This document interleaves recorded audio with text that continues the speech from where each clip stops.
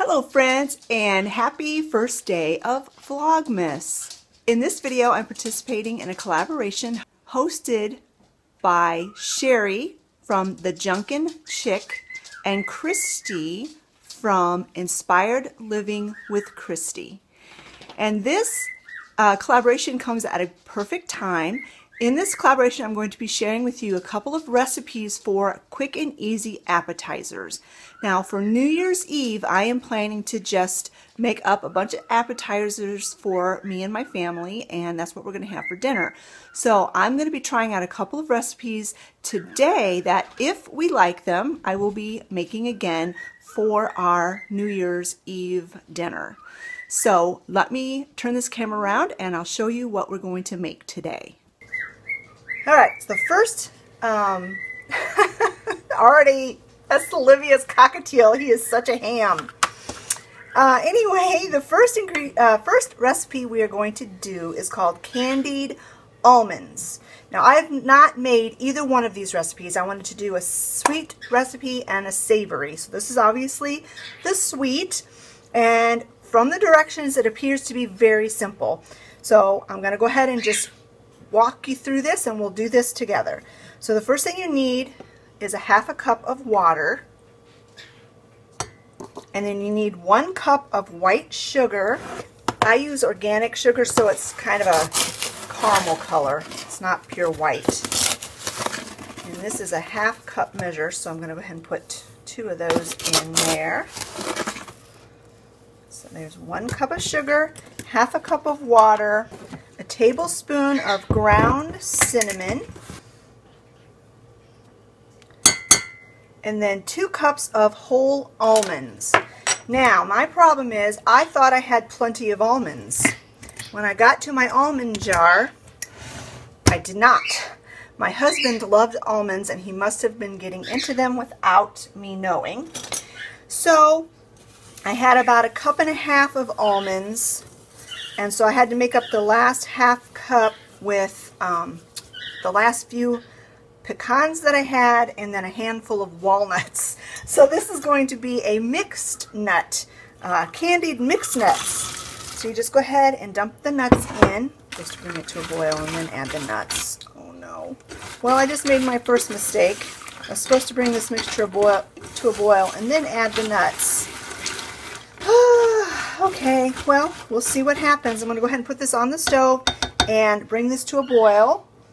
And then you just keep cooking and stirring until the liquid evaporates and leaves a syrup-like coating on the nuts. So let me bring you over to the stove and we'll see how this goes. This is what happens when I don't try a recipe before I film it. Oh well, we all make mistakes, right? And we'll see if this turns out, even though I should have read the directions a little bit better. Well, so far so good. I don't think there's been any kind of ill effects for me putting the nuts in too soon, because everything, it's coming to a boil. And at this point is when you would add the nuts. So I'm just going to go ahead and cook this and stir it till most of this water is evaporated out. And then I'll show you what to do after that. It smells really good. If you are a subscriber of mine, you know that I absolutely love cinnamon. So this is going to be right up my alley. And if you're not a subscriber of mine, then go ahead and hit that red subscribe button. And you can see all the other mistakes I make in the kitchen when I cook.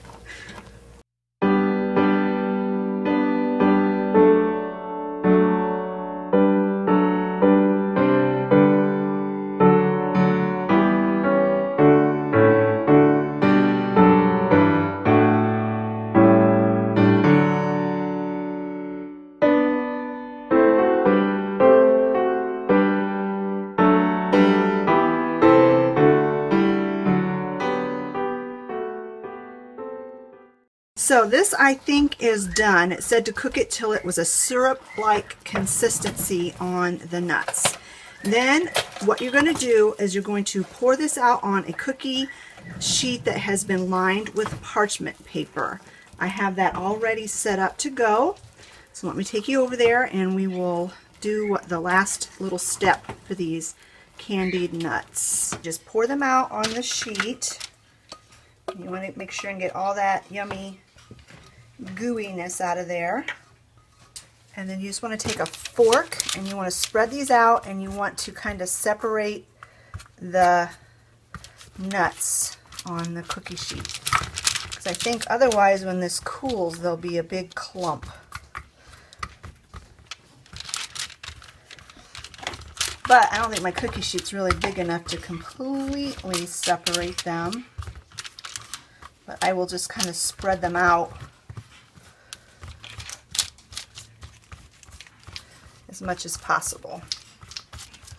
So while I was working on these candied nuts, I was starting the second recipe, which is no fry spicy potato skins.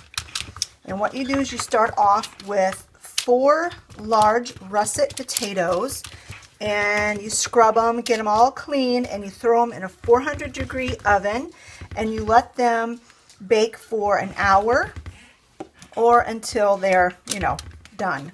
So I've got some potatoes in the oven right now cooking, and when they are ready, I will bring you back and I'll show you the nuts, what they look like, and then we'll get started on our second recipe. Alright, so my potatoes are done. They are nice and tender. I stuck them with a fork. So you want to pull them out of the oven, but you want to leave your oven on, and then you want to cut them in half lengthwise and let them cool for 10 minutes. I can't do that with one hand, so hold on just a minute. I'm just going to go ahead and cut these in half lengthwise, and you want them to cool just for 10 minutes. You don't have to let them cool completely. Basically, I think long enough to just be able to handle them.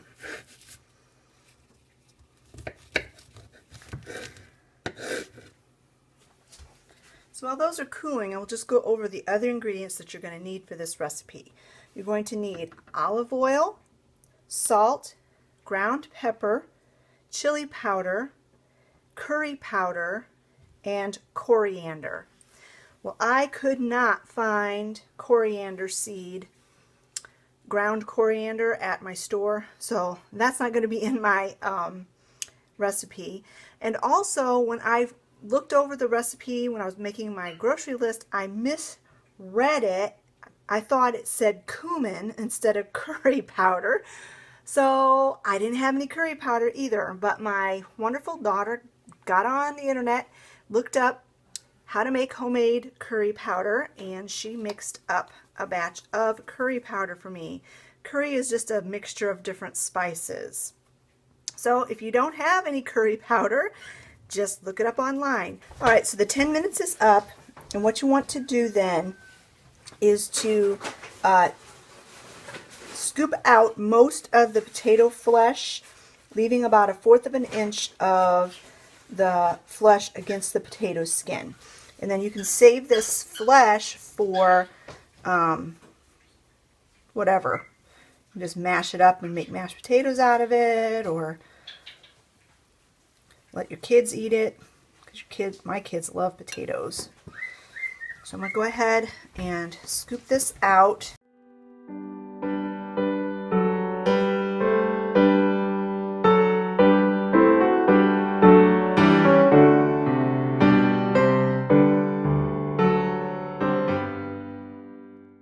So then once you have all of the insides of the potatoes cut out, then you want to cut each potato in half crosswise into 3 pieces.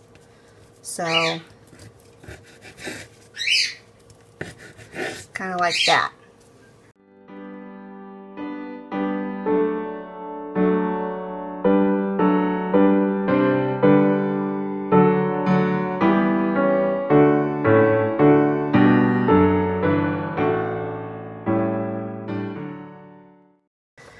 Then you're going to need 1/4 cup of olive oil.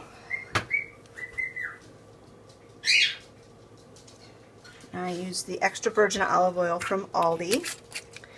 And then you're going to need to have your spices ready. And I just, in this bowl, I put 1 teaspoon of salt, a ½ teaspoon ground black pepper, 1½ teaspoons of chili powder, 1½ teaspoons of the curry powder mix that Olivia made up for me.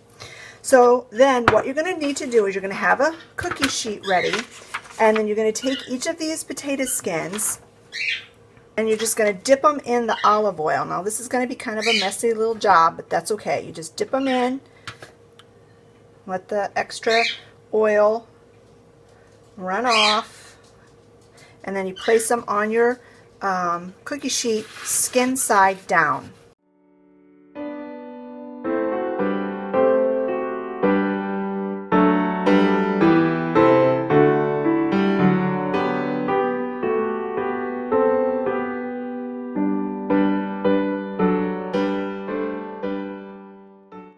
So then what you're going to do is you're going to take your spice mixture and you're going to sprinkle them evenly over your potato skins.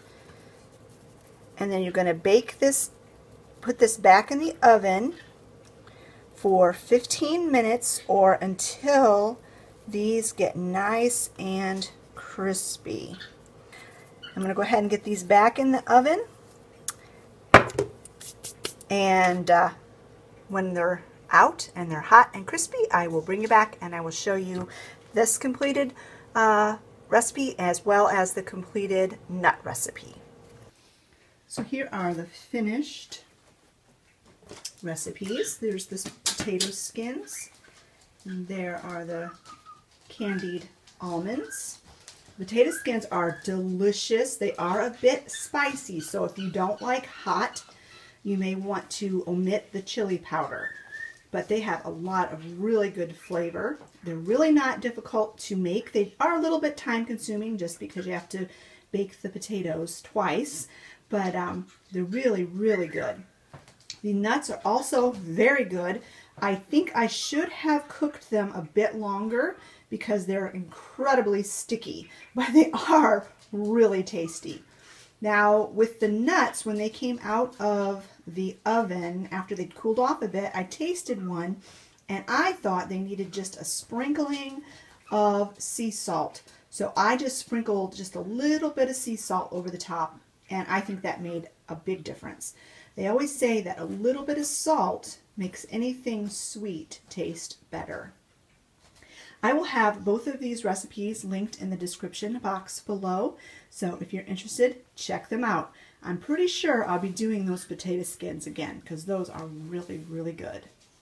Thanks so much for joining me today in this video, friends. I hope you enjoyed these recipes. Thanks so much to Sherry and Christy for co-hosting this collaboration, and as always, their channels and the playlist will be linked in the description box below. Thanks so much for watching, friends, and we'll talk to you later. Bye-bye.